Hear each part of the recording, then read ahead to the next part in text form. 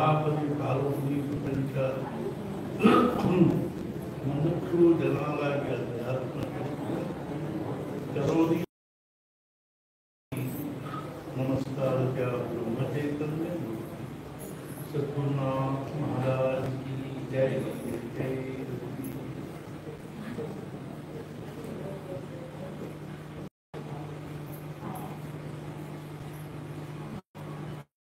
ನಿನ್ನೆ ಬೆಳಗಿನಿಂದ ಈವರೆಗೂ ಇಲ್ಲಿ ಅನೇಕ ಕಾರ್ಯಕ್ರಮಗಳು ನಡೀತಾ ಇದೆ. ಹೋಮಹವನಗಳು, ಅದೇ ರೀತಿಯಾಗಿ ಅನ್ನಸಂತರ್ಪಣೆ, ಪ್ರಸಾದ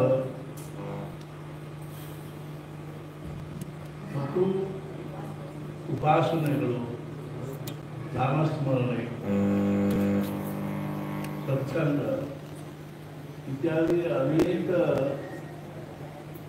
ವಿಚಾರಗಳನ್ನು ಮುಖ್ಯವಾಗಿಟ್ಟುಕೊಂಡು ಈ ಕಾರ್ಯಕ್ರಮದ ಆಯೋಜನೆ ಇದೆ.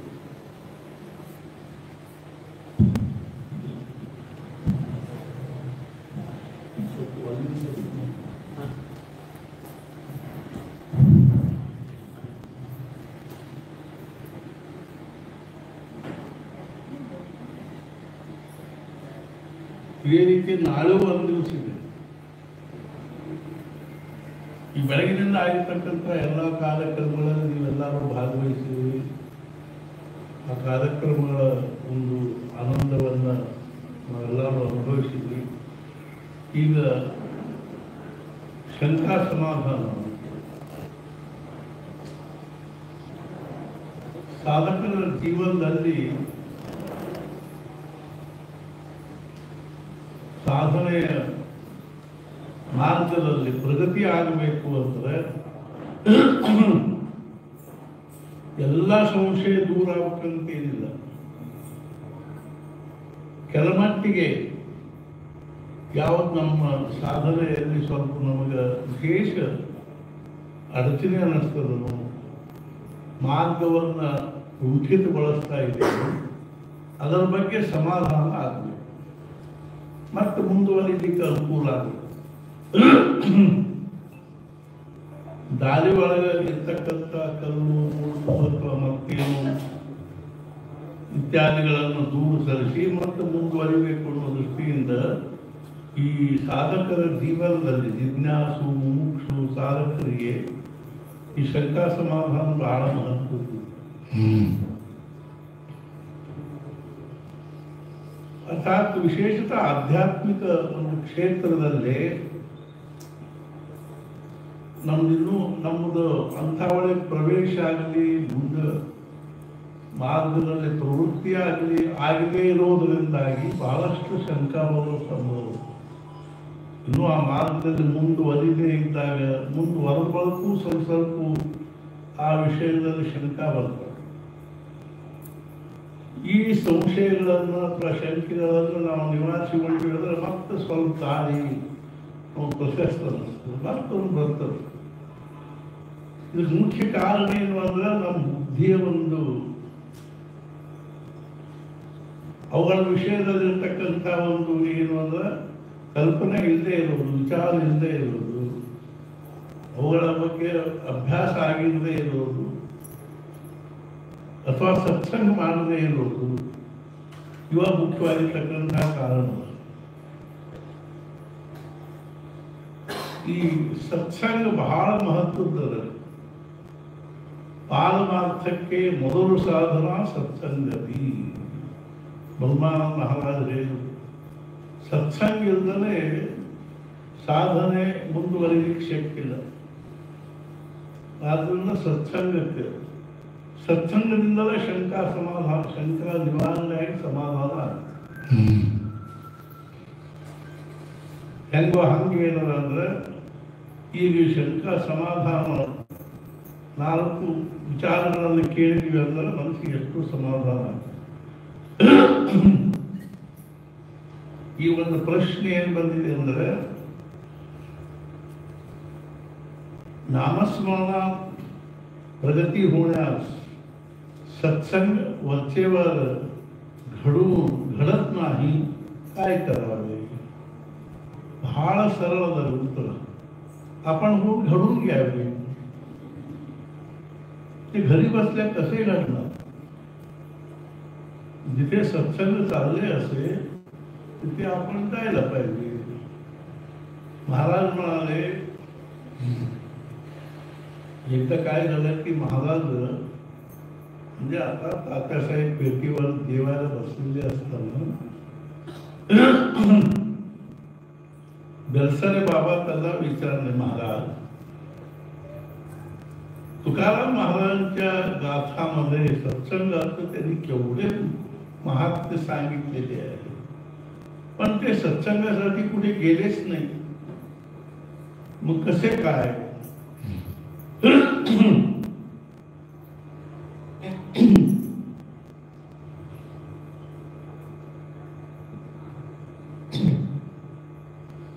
तेव्हा महाराज म्हणाले, सत्संगाचे 3 साधन आहेत. पहिला साधन म्हणजे ते महाराजांच्या शब्दातच सांगतो.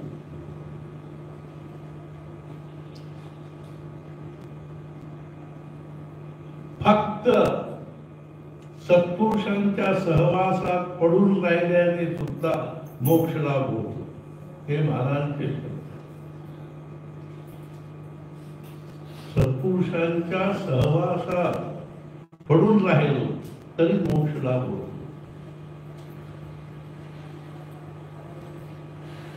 पडून राहिल्याने मोक्ष लाभ होतो. होय, आम्ही अंडर वन रूफ सत्पुरुषांच्या सहवासात राहिलो म्हणजे मोक्ष लाभ होतो का? नाही.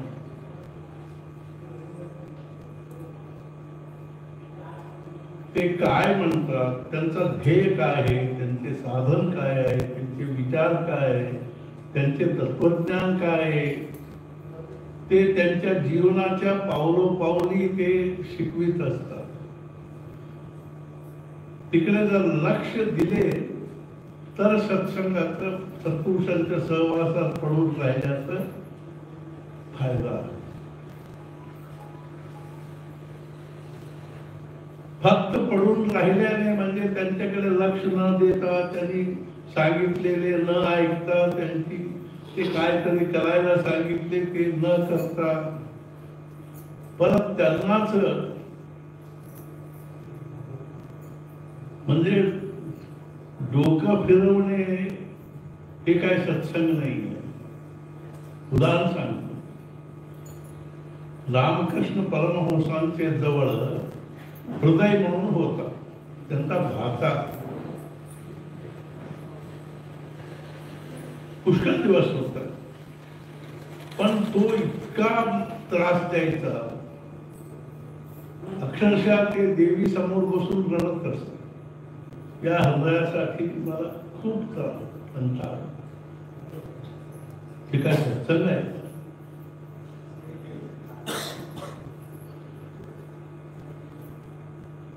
म्हणजे तो सारखं, मामा इकडे बसू नका, तिकडे बसा, तिकडे बसू नका, इकडे बसा, हे खावा, ते खाऊ नये, असे तसे सारखे त्यांना, असे त्यांच्या सहवासात राहणे काय सत्संग नाही. त्यांना काय सांगायचं आहे, त्याच्यामध्ये काय अर्थ आहे, काय मर्म आहे, त्यांच्या प्रत्येक रिस्पॉन्स मध्ये उपदेश असतो, त्यांच्या प्रत्येक प्रतिक्रियामध्ये उपदेश असतो. आम्ही ध्यान देत नाही, लक्ष देत नाही, विचार करत नाही, पण तरी सुद्धा महाराज म्हणाले, सत्पुरुषांच्या सहवासात पडून राहिल्याने मोक्ष लाभ होतो. काही सत्पुरुषांच्या सहवासात राहिलेले असतात, 40-40 वर्ष त्यांच्या सहवासात राहून सुद्धा त्यांच्यामध्ये काही प्रगती दिसत नाही. तेव्हा आपल्याला वाटतं की काय 40 वर्ष राहिला त्यांच्या सहवासात, काही प्रगती नाही. असं नसतं. महाराज म्हणाले, खेडेगावामध्ये 4-5 घर भांडी घासणाऱ्या बायका असत पूर्वी. आम्ही लहान असताना होती आमची घरी भांडी, स्वयंपाकाचे वगैरे भांडी घेऊन जाऊन तिथे गावासमोर एक ओढा होता, तिथे जाऊन 4-5 घरचे भांडी घ्यायची ती बाई. धुंडवा म्हणून होती ती, बाळक्या धुंडवा असे म्हणजे भांडी घासणारेच ते सगळ्यांच्या घरचे परात एका परातमध्ये ठेवून घेतात, पातेलीमध्ये पातेली ठेवून घेतात. त्यांना ओळख असते कोणाचे वगैरे. ते सगळे ते ओढ्याजवळ घेऊन जातात आणि ज्या भांडी फार म्हणजे भाजलेले असतात, खरकटलेले असतात, त्यांना ते पाणीमध्ये भिजवून ठेवतात. आणि ज्या भांडीमध्ये काय फार ते हे नाहीये, त्यांना तिथे ते हे म्हणजे नारळाची शेंडी पडलेली असते आणि राख पण त्यांचे ठिकाण असतं तिथे पडलेलं असतं. ते राखाने ते असे करून स्वच्छ करून ते सगळे बाकी भांडी धुवस तोपर्यंत ते खरखटलेले आणि जास्त जळलेले भांडी जी असतात ते मऊ झालेले असतात.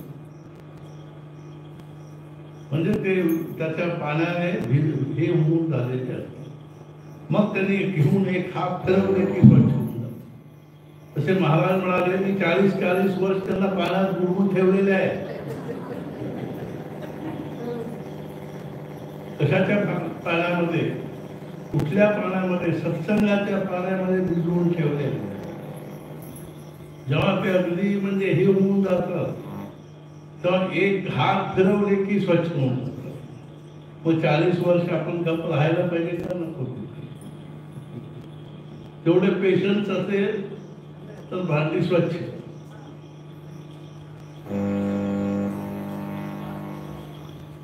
एकदा विवेकानंदांना अमेरिकेमध्ये एक बाई विचारली, तुमच्यासारखा मेधावी, प्रज्ञावंत, संघटन सामर्थ्य असलेला माणूस त्या रामकृष्णांना कसे तुम्ही शरण गेला, ज्यांना अक्षर सुद्धा लिहिता येत नाही, सही करता येत नाही. तेव्हा ते म्हणाले खरं आहे तुझं म्हणणं, पण काय आहे की जसे एखादा कुंभार आहे, तो कुंभार आहे ना, कुंभार त्याच्या हातात एवढी माती दिली की त्याच्याने तो सुंदर पात्र बनवतोय.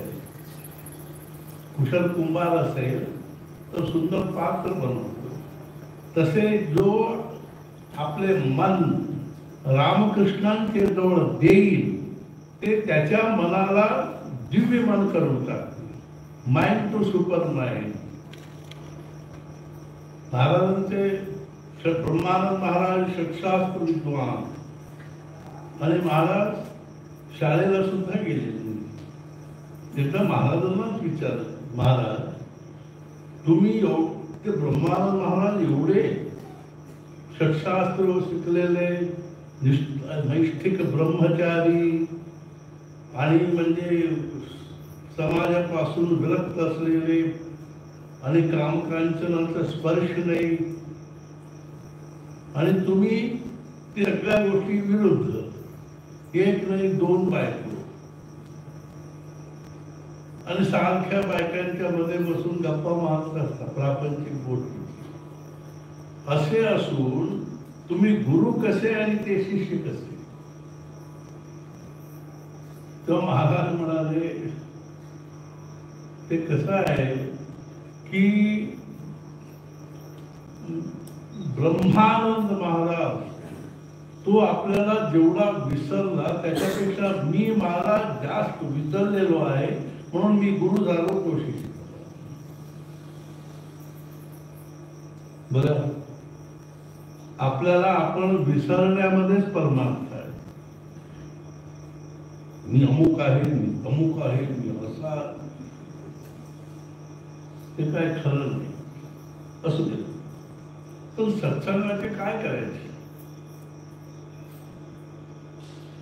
रामकृष्ण परमहंस म्हणाले, तुम्ही किती घोर प्रापंचिक का असेल, पण महिन्यातनं कमीत कमी 3-4 दिवस अशा ठिकाणी जाऊन राहायला पाहिजे की जिथे आपल्याला साधनही होईल आणि सत्संगही मिळेल. आम्ही सत्संगासाठी काय प्रयत्न करतो सांगा बघू, काय धडपडतो आहे. आम्ही लोकांना किती सांगतो की दहबळीला या की ती ते न येण्याच्या दृष्टीने 3 कारण सांगतात, 3 गोष्टी सांगतात. पहिली गोष्ट म्हणजे आम्ही बिझी आहोत. चांगलं असेच बिझी राहा, आम्ही बिझी आहोत. कशामध्ये बिझी इतके? ज्या प्रपंचातून काही निष्पन्न होत नाही, ज्या प्रपंचातून आम्ही काही मिळवू शकत नाही. मी सांगितलं ना, 50 एनिव्हर्सरी आहे. 50 वर्ष तुम्ही प्रपंच केला, मग आता आपण शांत व्हायला पाहिजे का नको? सर्व सगळ्या बाजूने, सगळ्या दृष्टीने. मला माझं काही प्रश्न राहायचे नाही, मला काही समस्या नाही. मी आता समाधान पूर्ण आहे. असे झाले तर तुमचा प्रपंच सार्थक आहे, नाही तर काय व्यर्थ.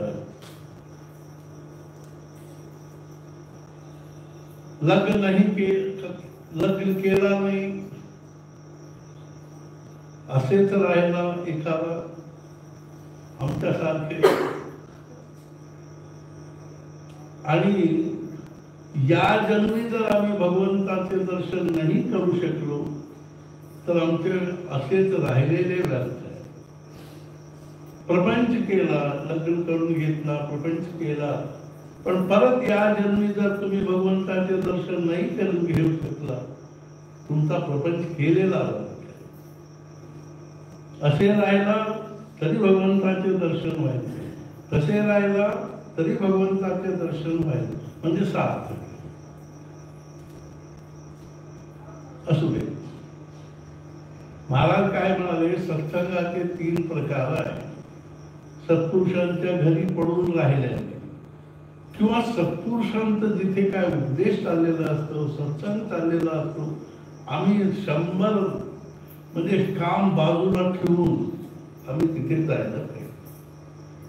सांगणार कोणी असो, कोणी जर इथे प्लॅटफॉर्मवर बसून सांगू लागला तर तो कोणीही चुकीचे सांगू शकत नाहीये. म्हणून महाराज म्हणाले, सत्संगाचा पहिला प्रकार सत्पुरुषांच्या सहवासात राहणं.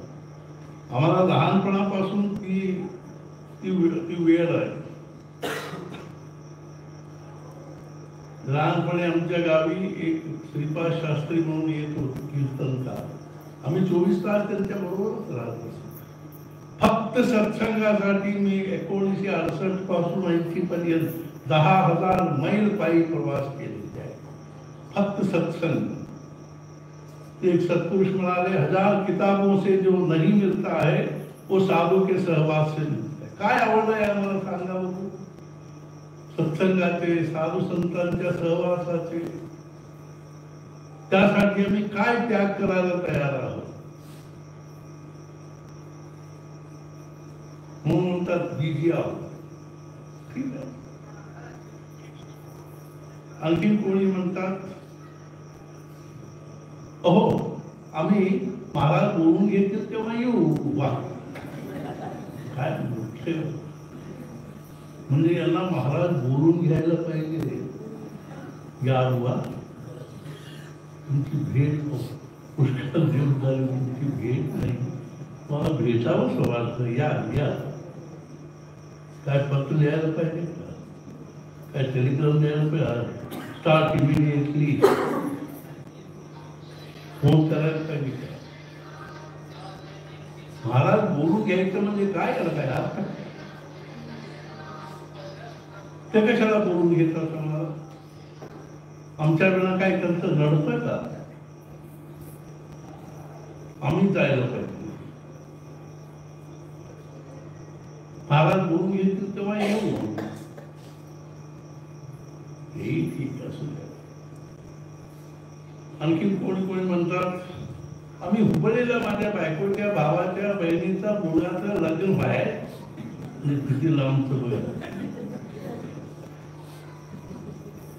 बायकोच्या भावाच्या मुलीच्या मुलीचं लग्न.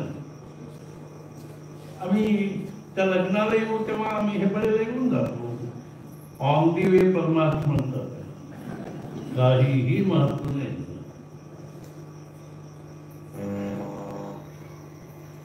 नियमाने यायला पाहिजे, पद्धतशीर यायला पाहिजे, मनापासून यायला पाहिजे. सत्पुरुष जिथे असतील ते पळून जायला पाहिजे. आपल्याला सत्संगाचं जर महत्व वाटत असेल तर. दुसरी गोष्ट, आपल्याला साधू संतांचे दर्शन काही असे काय पडलेलं आहे का कुठेतरी?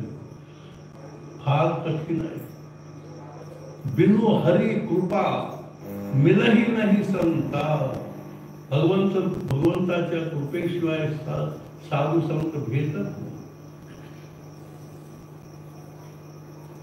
शिवमा जसे प्रति पर्वती नाहीत, कस्तुरी मृग वनोबली कैचे. हस्तीचे मस्तकी मुक्ता असे, परिके गजराज अधस्थल कैचे. कल्पतरू आणि काम दुघा बहुसारपुरी आणि पट्टणी कैचे. ते विदयानिधी सद्गुरु साहेब संत महंत घरोघरी कैचे. त्यांचं काय झुंड असतं का?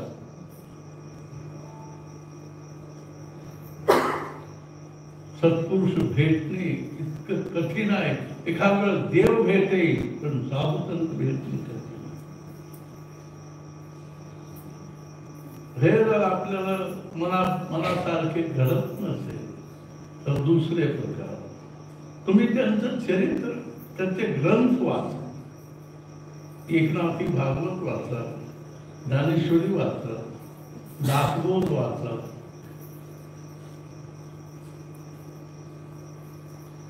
साधू सत्पुरुषांचे ग्रंथ म्हणजे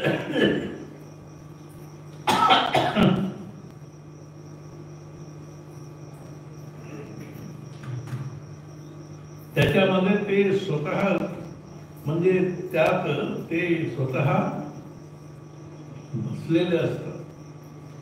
समर्थ म्हणाले, माझ्याशी बोलायचं असेल तुम्ही दासबोध ग्रंथ घेऊन. दासबोध आणि आत्माराम हे माझे स्वरूप आहे. काय ग्रंथ, अद्भुत ग्रंथ आहे. एक हे होते लोकमान्य टिळकांच्या जवळ नरसिंह केळकर म्हणून, नरसिंह चिंतामणी केळकर, फार मोठा विद्वान माणूस. त्यांना पुण्यामध्ये एक फार मोठं त्यांना हे दिले, सन्मान करून त्यांना मोठे बिरुदावले. काय म्हणून? साहित्य सम्राट असे. म्हणजे केवढे मोठे साहित्य असेल. तेव्हा ते बोलताना काय बोलले, तुम्ही माझ्यामध्ये काय बघून तुम्ही हे साहित्य सम्राट म्हणता? ज्ञानेश्वरीच्या एक एक ओवीला 10 साहित्य सम्राट म्हणजे पदवी द्यायला पाहिजे म्हणाले. ज्ञानेश्वरी कधी वाचलं का? दासबोध वाचलं का? सद्गुरु लीलामृत वाचा, महाराजांचे चरित्र वाचा. महाराजांचे चरित्र म्हणजे एनसायक्लोपीडिया ऑफ स्पिरिच्युअल लाईफ, आध्यात्मिक जीवनाचं विश्वकोश आहे. महाराजांचे प्रवचन वाचा. अर्थात साक्षात भगवद्गीता असल्यासारखे भगवद्गीता, उपनिषद, ब्रह्मसूत्र सगळं त्या प्रवचन मध्ये. ग्रंथ वाचा. हे जर आपल्याला होत नसेल, तिसरे नामस्मरण करा. भगवंताचे नामस्मरण म्हणजे महान सत्संग आहे. तर काही कोणाला काही विचारावं लागणार नाही, कोणाशी काही वाचावं लागणार नाही, काही ऐकावं लागणार नाही. नामस्मरणामध्ये तशी शक्ती आहे की ते आतले आत आणि ते सगळ्या प्रश्नांना उत्तर मिळेल, सगळे संशय निवार. सत्संग म्हणजे अशा प्रकारे असं.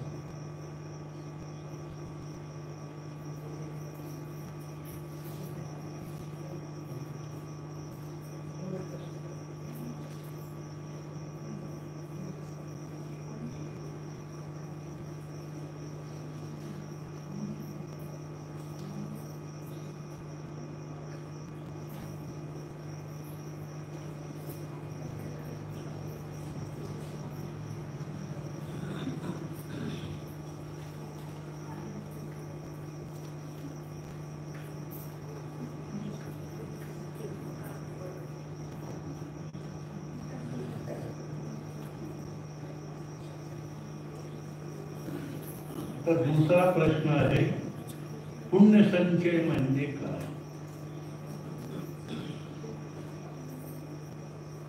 तुकाराम महाराजांचे एक अभंगामध्ये त्यांनी सांगितले, पुण्यफल उपकार पापते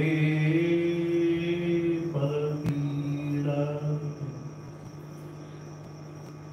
दुसऱ्यांचे हित होण्याच्या दृष्टीने आपण जे काय करतो ते पुण्य आहे. त्याच्यामध्ये हे सगळे आले. आता आम्ही होम केला, त्याच्यामध्ये पुण्य काय आहे? संकल्पामध्ये सांगितलेले सर्व आस्तिक महाजनानां क्षेम स्थैर्य धैर्य विजय अभय आयु आरोग्य ऐश्वर्य अभिवृद्ध्यर्थम. ते समाजाला हित, समाजाचं हित नाही काय?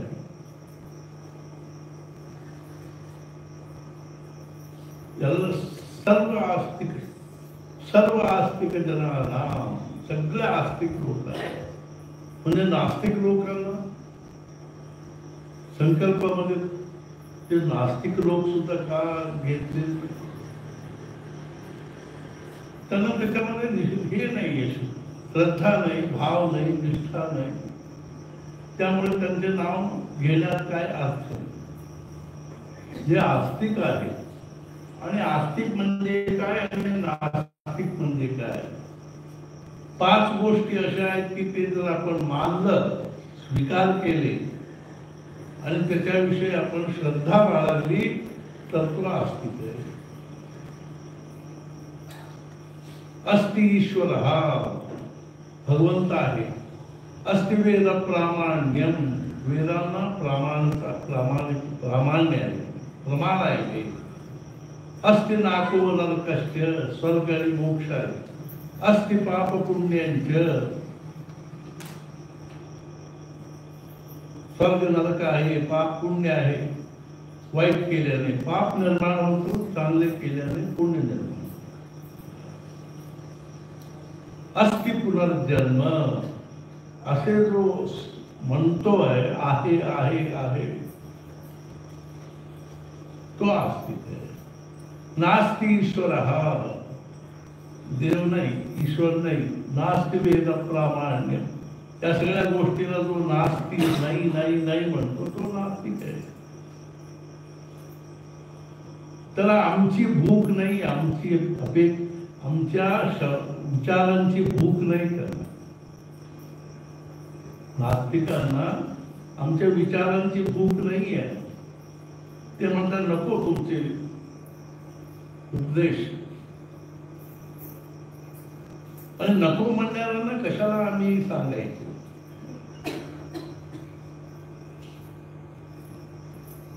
जो नको म्हणतोय, ज्याला श्रद्धा नाही, ज्याला भाव नाही, ज्याला विश्वास नाही, त्याला सांगण्यामध्ये काय अर्थ आहे? आस्ति म्हणजे जो भगवंत आहे, पाप पुण्य आहे, स्वर्ग नरक आहे, पुनर्जन्म आहे, असं जो मानतो आहे. म्हणणे नाही, मानणे. त्याच्यासाठी आपण आज सकाळी सांगितले, बाकी सगळे जे काही शिबिर समारोह समारंभ वगैरे होतात ते समाजाचे एकांगी भावाचं उत्कर्ष करण्याचे असते. पण समग्र जीवनाच्या हिताच्या दृष्टीने अध्यात्मच श्रेष्ठ आहे. आपले वेद विहित जे काही कर्म आहे, जे काही म्हणजे साधन आहे, ते समाजाला म्हणजे खऱ्या दृष्टीने हितकार ते पुण्य आहे.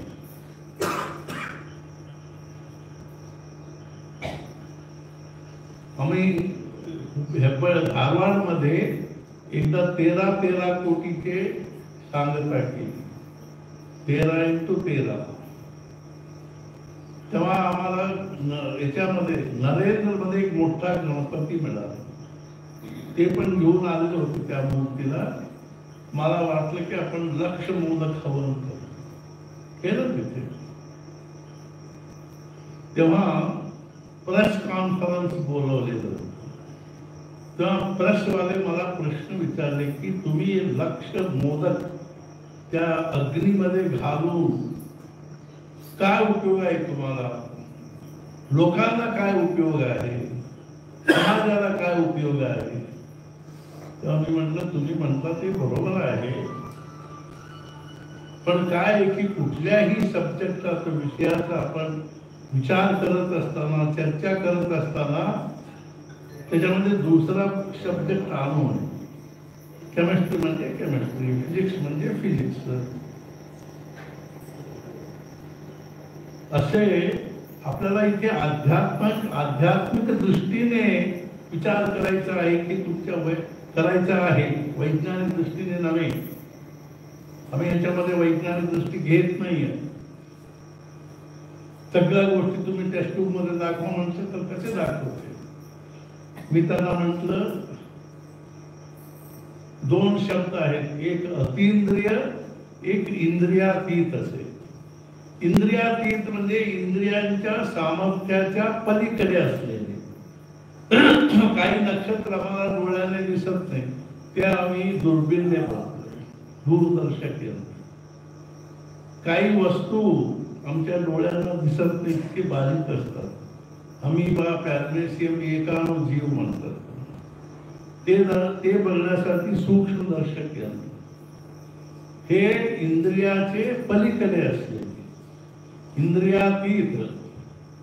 पण काही वस्तू असे आहे, काही गोष्टी त्यांना तुमच्या इंद्रियाने, कुठल्याही इंद्रियाने त्याचा अनुभव घेता येत नाही. त्याला अतींद्रिय म्हणतात. स्वर्ग आहे, नरक आहे, पाप आहे, पुण्य आहे, भगवंत आहे, हे तुमच्या दृष्टीला दिसणार नाही, कानाला ऐकू येणार नाही, तोंडाने त्याची चव बघू शकणार नाही. मग अशा गोष्टीविषयी इथे चर्चा चाललेली आहे. त्या दृष्टीने मी सांगतो, यज्ञात भवति पर्जन्यः असे भगवद्गीतेमध्ये सांगितले. यज्ञ केल्याने पाऊस पडतो, आणि पूर्णाहुती टाकल्याबरोबर पाऊस पडतो का? असं काय नाही. आपण यज्ञ केलं, त्यातून एक पुण्य निर्माण होतं, त्याला अपूर्व म्हणतात यज्ञात्मिक भाषेने. ते अपूर्व जे आहे, पुण्य संचय जो आहे, तो सूक्ष्म असे इतर मध्ये असतो. तेव्हा मी त्यांना काय म्हटलं, समजा एक लक्ष मोदक आहे, तुम्ही लोकांना ते खायला घाला. एक माणसाला समजा 20-25 मोदक जरी खाल्ला तरी काय पोट भरल्यासारखे होणार नाही. त्याने म्हणजे 10,000 लोक जेवले असे समजा एका वेळेपुरती. त्या वस्तूने, त्या द्रव्याने जर आपण होम केला तर त्याने जे पुण्य निर्माण होतो सूक्ष्म रूपाने, असं कुठे सांगितलेले आहे? शास्त्रामध्ये सांगितले. तुमचे विज्ञान हे अलीकडचं आहे, आमचे शास्त्र पुरातन आहे.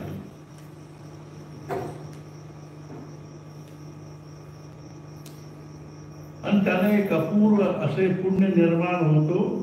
त्या पुण्यामध्ये एवढे सामर्थ्य असते की काले वर्ष पर्जन्य, सकाळमध्ये पाऊस पडतो. समजा एक म्हणजे 1000-2000 एकर भिजण्यासारखे पाऊस पडला, त्यातून जे निर्माण होतं त्याने किती लोक म्हणजे आपले आयुष्य म्हणजे आपले वर्षानुवर्ष ते म्हणजे अन्न खाऊन राहू शकतात. थोडे मोदक खाल्ले तर होईल का? म्हणजे काय आहे की या गोष्टीविषयी आपल्याला श्रद्धा पाहिजे. पुण्यसंचय म्हणजे आपण जे काय सत्कर्म म्हणून करतो. आता इथे केलेले आहे, यथा वृक्षस्य संपुष्पितस्य दूरात गंधो वाति एवं पुण्यस्य कर्मणो दूरात गंधो वाति. जसे आपण आपल्या घरामध्ये मागच्या बाजूला चारीकडे भिंत असलेल्या याच्यामध्ये एक म्हणजे मोगऱ्याचं वेल लावली. ती वेल अगदी समृद्ध असे वाढली आणि त्याच्यामध्ये भरपूर फुलं येऊ लागलं. तेव्हा त्याचा सुगंध आपोआप सगळीकडे चहूकडे जसे पसरतो,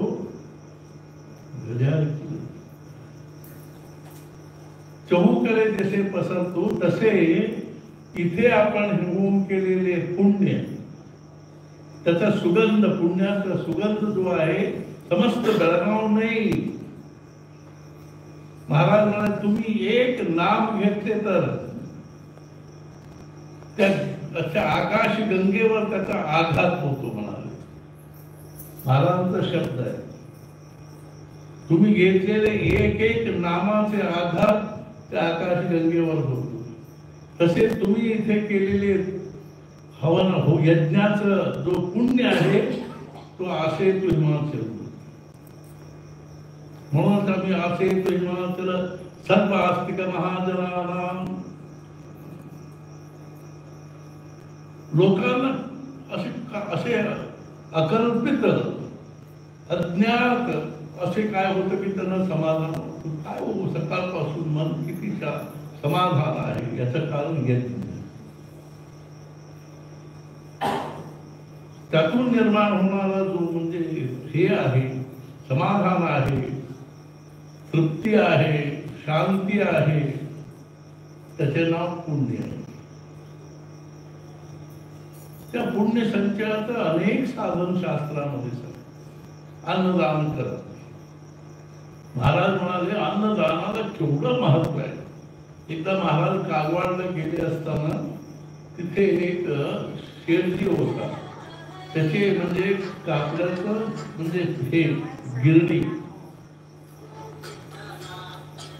तो महाराजांना म्हणाय, काय म्हटलं महाराज तुम्ही एकदा आपली गिरणी म्हणत असत तेव्हा येऊन बघा म्हणाले. येतो म्हणाले.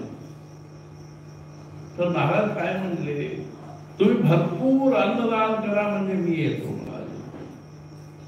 कागवाडला तो इतका अन्नदान केला की महाराजांच्या डोळ्यात पाणी आलं. महाराज म्हणजे वा, वाटते ते माग देतो आता.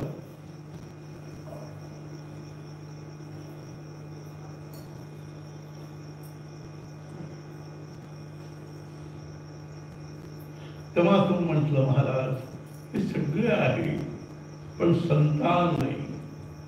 काळजी करू नको, मुलगा होईल तुला. पुण्य संचयाचं फळ आहे.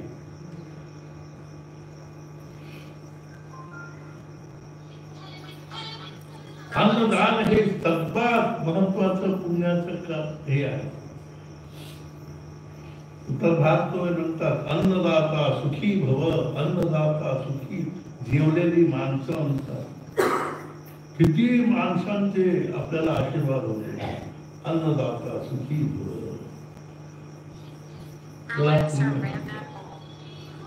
जे काय आपल्या अंतःकरणाला, ज्याने आपल्याला अंतःकरणाला सात्विक समाधान होतं ते पुण्याचं फळ आहे. दारू पिऊन आनंद वाटणे हे काय पुण्याचं फळ नाही आहे. अन्नसंतर्पण करून समाधान होणे हे पुण्याचं फळ आहे. दान धर्म करून समाधान मिळणे हे पुण्याचं पुण्यसंचयाचं साधन आहे. म्हणून महाराज नामस्मरण तरी विचारूच नका. नामस्मरे निरंतर ते जाणावे पुण्य शरीर, महादोषांचे गिरीवर राम नामे नासती. साक्षात त्याचं शरीरच पुण्य शरीर. नामनी यावती शक्ती पाप निर्हरणे हरे हे, तावत कर्तुं न शक्नोति पातकम पातकी जना. केवढा जरी पापी असला तरी तेवढे पाप करू शकत नाही जेवढे पाप नामस्मरणाने हरण होत. चॅलेंज आहे, तुम्ही वाटेल ते प्राप्त करा, पण नामस्मरण करा. अपिचेत दुराचारो भजते माम अनन्यथा साधुरेव समंतव्य. केवढा मोठा दुराचारी का असेना, सुदुराचारी, अत्यंत दुराचारी,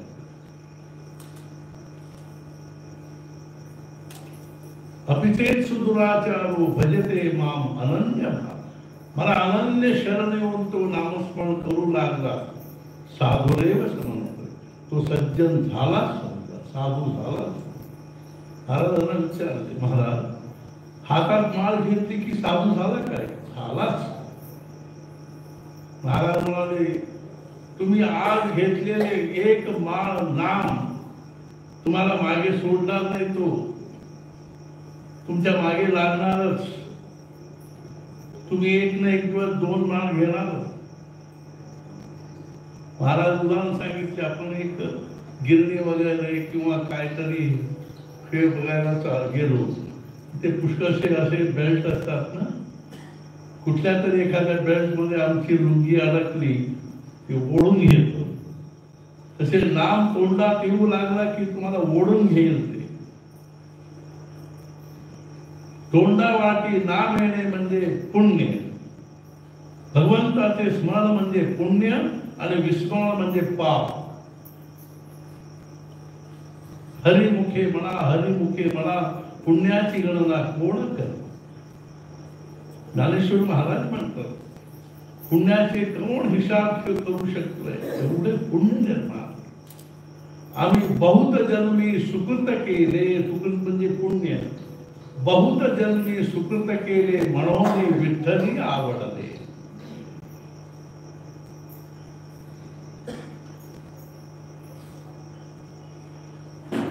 ते नात्याशी निगडीत असते, कोणाशी निगडीत, समाजाशी निगडीत असते.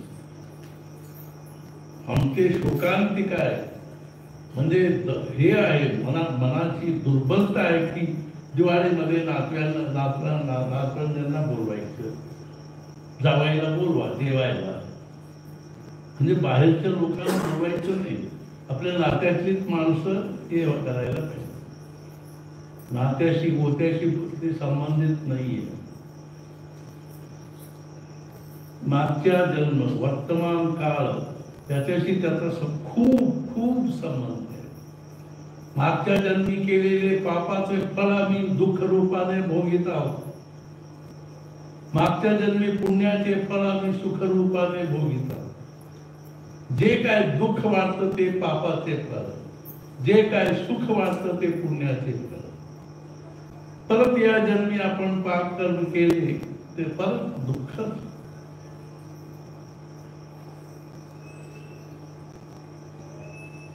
अर्थात विद्या ददाति विनयं, विनयात् याति पात्रतां, पात्रत्वात् धनमाप्नोति, धनात् धर्मात् ततः सुखं. धर्म म्हणजे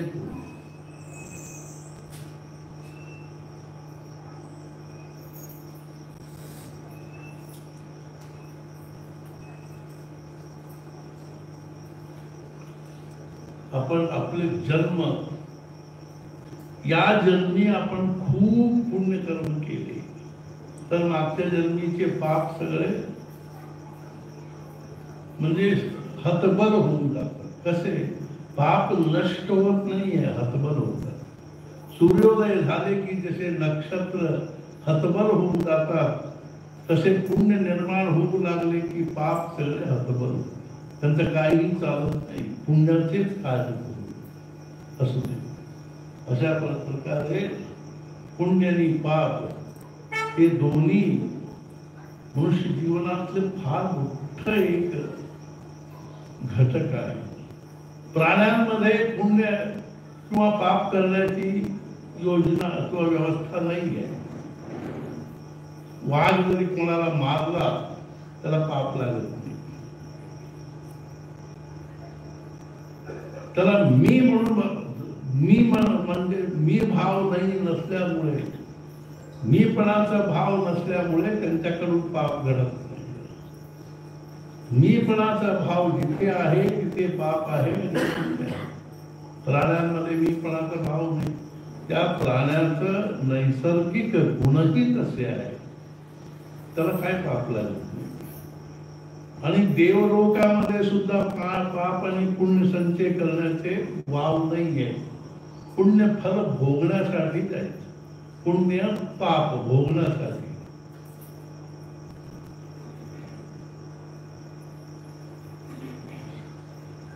तिथे गेलो आणि आपले पुण्य संपलं की ढकलून देतात खाली.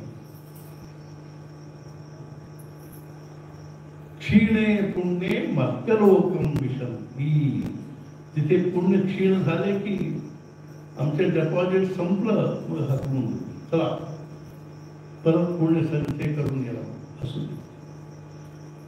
पण सर्वात महत्वाचं पुण्य, महाराज म्हणायचं, हरिमुखे म्हणा पुण्याची गणना कोण करी असे म्हणताना ज्ञानेश्वर महाराजांना काय म्हणायचं आहे? नामस्मरणाने प्राप्त झालेले जे पुण्य आहे ते बाकी सर्व दान धर्माने केलेल्या पुण्यापेक्षा काहीतरी वेगळे आहे. काय आहे?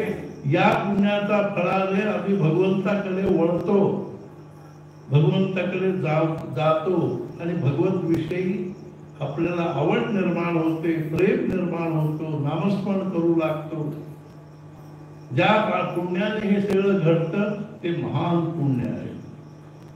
ज्या पुण्याने आपल्याला प्रपंचातले आहे म्हणजे सुखदुःख मिळतात, सहज एक गोष्टी सांगतो. एकनाथ महाराजांच्या ग्रंथामध्ये त्यांनी सांगितले, पाप आणि पुण्य ज्यावेळी समप्रमाणात येतात तेव्हा मनुष्य जन्म येतो. मला वाटतं की हे असे कसे? मग पाप आणि पुण्य समप्रमाणामध्ये आल्यावर मनुष्य जन्म मिळणार असेल, सगळ्यांचं जीवन सारखं असायला पाहिजे. सगळ्यांच्या जीवनामध्ये पाप आहे, पुण्य आहे, दोन्ही आहे असं नाही आहे. इथे हिशोब कसा आहे? 1 किलो म्हणजे लोखंड आहे, 1 किलो सोनं आहे.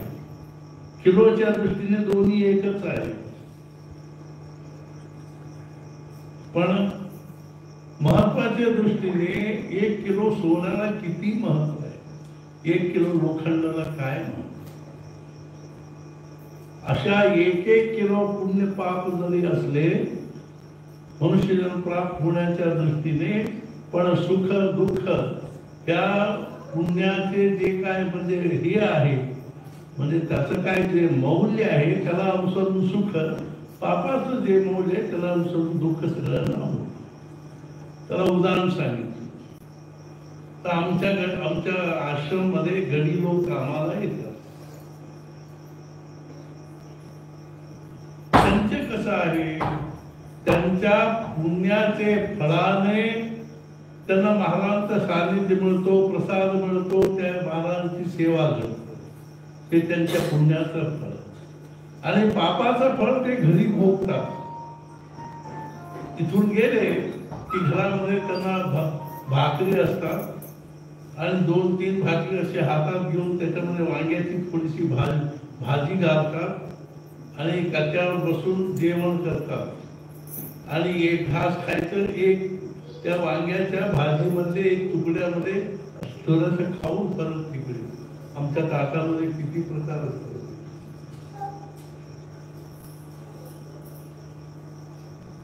ते पापाचं.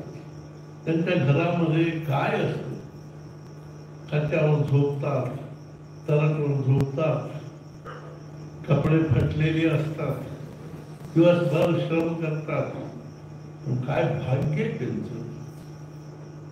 रोज महाराजांच्या सेवेला येतात. ठीक आहे, पगार वगैरे देऊ आपण, महाराजांचा प्रसाद खातात रोज, कपड्यामध्ये असले तरी इथे पण प्रसाद खाल्ले, हे सगळं त्यांचं पुण्याचं फळ. मग आमचं कसं आहे, आमचे पुण्याचे फळ आम्ही घरी भोगतो आणि पापाच्या फळस्वरूपात आम्हाला महाराजांचं दर्शन घडत नाही. वरचेवर आम्हाला महाराजांचं दर्शन घडत नाही, सत्संग घडत नाही, नामस्मरण होत नाही, हे आमच्या पापाचं फळ आहे. 1 किलो पापाचं हे फळ आहे. 1 किलो पुण्याचं फळ आम्ही घरी काय अगदी घर काय आलिशान, ते सगळे आमचे पुण्य तिथे खर्च होतात.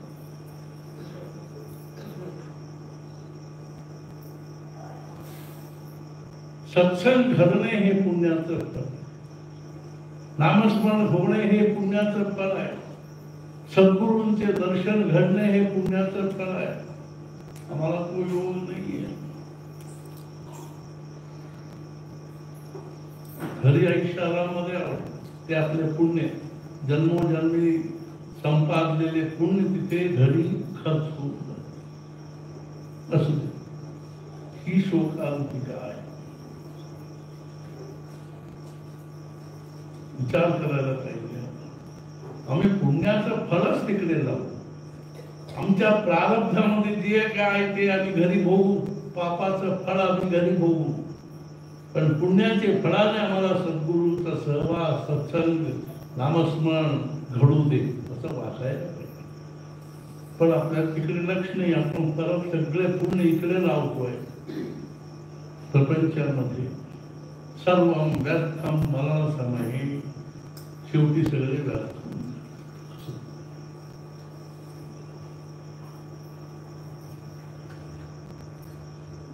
केवळ सद्गुरूंच्या संकल्पानेच अशा गोष्टी घडतात. एक उदाहरण सांगून सांगतो. महाराजांचे एक शिष्य होते, ब्रजमोहन दीक्षित. ब्रजमोहन दीक्षित म्हणून एक शिष्य होते. नाही, हा ब्रजमोहन.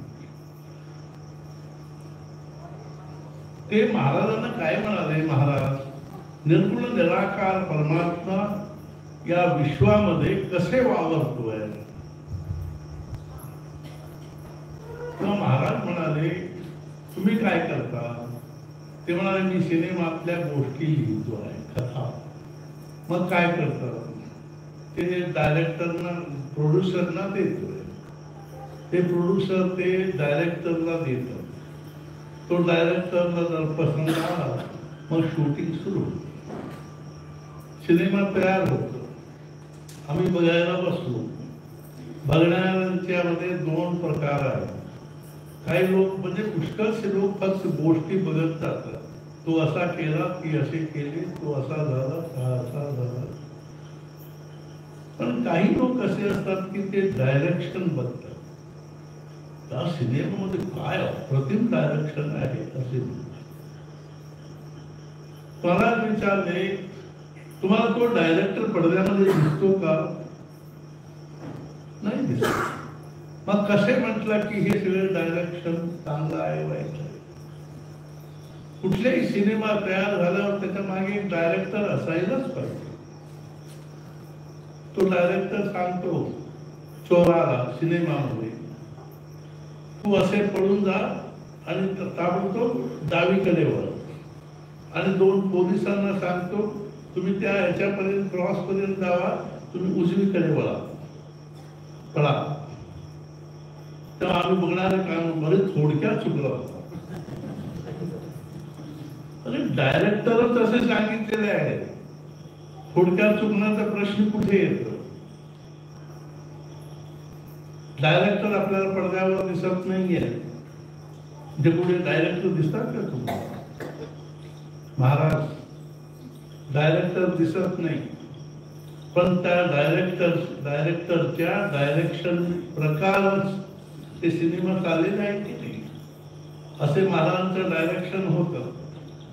काल सकाळपासून इथे उत्सव सुरू व्हायला पाहिजे, ठरलेले आहे. सिनेमा तयार, रेडी, उद्याचं पण रेडी, परवाचं रेडी, आम्ही ह्या वेळेला चाललो.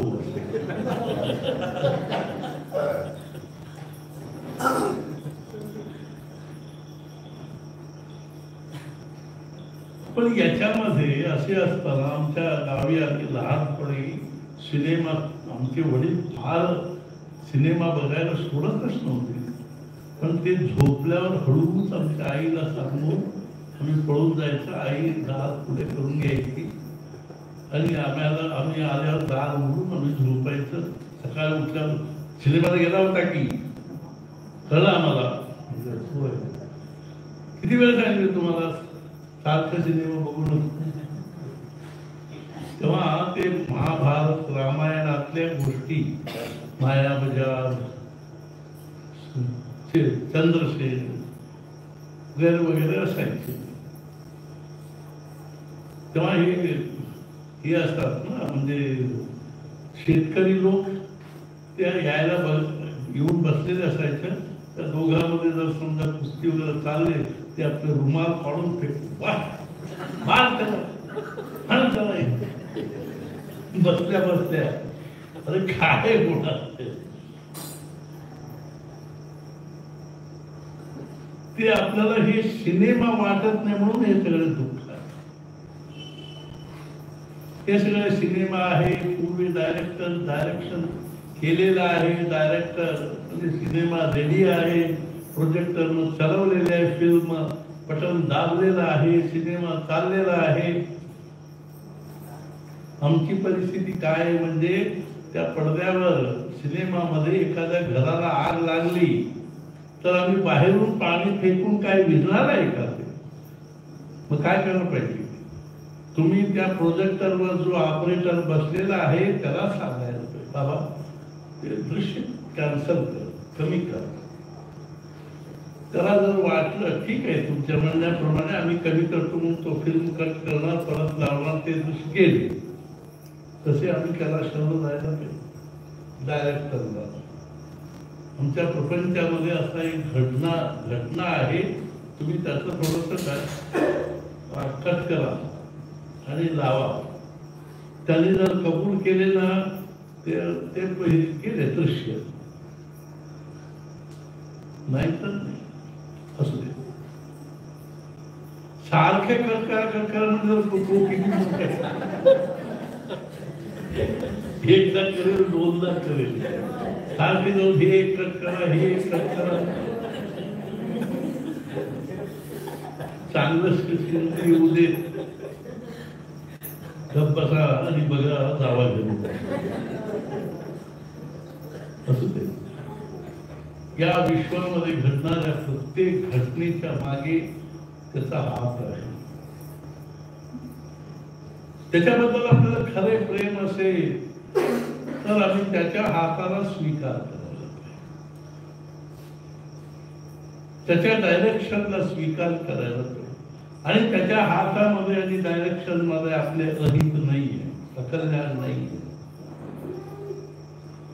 आपल्या जीवनामध्ये घडणाऱ्या प्रत्येक घटनेमध्ये कल्याणच आहे. घडेल ते बऱ्याकरिता, घडेल ते बऱ्याकरिता, वाईटाकरिता काहीही घडत नाही. पण बरे कसे हे समजायला पुष्कळ काळ लागतो. असू दे. आम्ही त्या सद्गुरूंच्या चरणी प्रार्थना करतो, त्यांनी आपल्या सगळ्यांना आयुष्य, आरोग्य आणि ऐश्वर देव.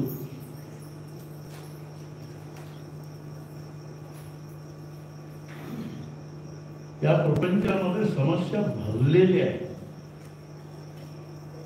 शंका भरलेल्या आहेत.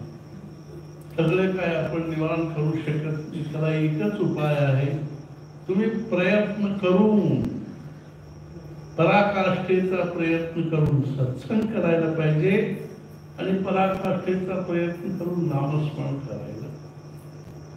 सगळे प्रश्न मिटून जातात, समस्या दूर होतात. त्यांच्या चरणी प्रार्थना करतो की आम्हाला सगळ्यांना तुम्ही असेच करा. आमचे सगळे प्रश्न, समस्या, शंका मनातले मनात जिरू देत. कुठलीही शंका आपल्या बुद्धीमध्ये त्रास देऊ नये. परिस्थिती अनुकूल असो प्रतिकूल असो, मन शांत ठेवून घेण्याची शक्ती द्या आणि आपल्याला आयुष्य, आरोग्य, ऐश्वर्य द्या आणि भगवंताची भक्ती, नामाविषयी प्रेम आणि सद्गुरूविषयी अनन्य निष्ठा आपल्या सगळ्यांना द्या म्हणून मी सद्गुरूंच्या चरणी प्रार्थना करतो. आता पुढे आरती वगैरे सुरू होईल. सगळ्यांनी आपल्या आरतीपर्यंत थांबून रात्रीचा थोडासा प्रसाद, अल्पोपहार काय असेल ते, मोठी भात प्रसाद घेऊन जायला पाहिजे. महाराज म्हणाले सत्पुरुषांच्या घरचा प्रसाद मागून खायला पाहिजे. आम्हाला प्रसाद द्या, प्रसाद द्या. मिळणार आहे का वरचेवर? काय नाही हो, पुढच्या आठवड्यात परत सुरू होणार आहे. काय का कुठले सुरू होणार? म्हणून प्रसाद घेऊन जावा. सद्गुरुनाथ महाराज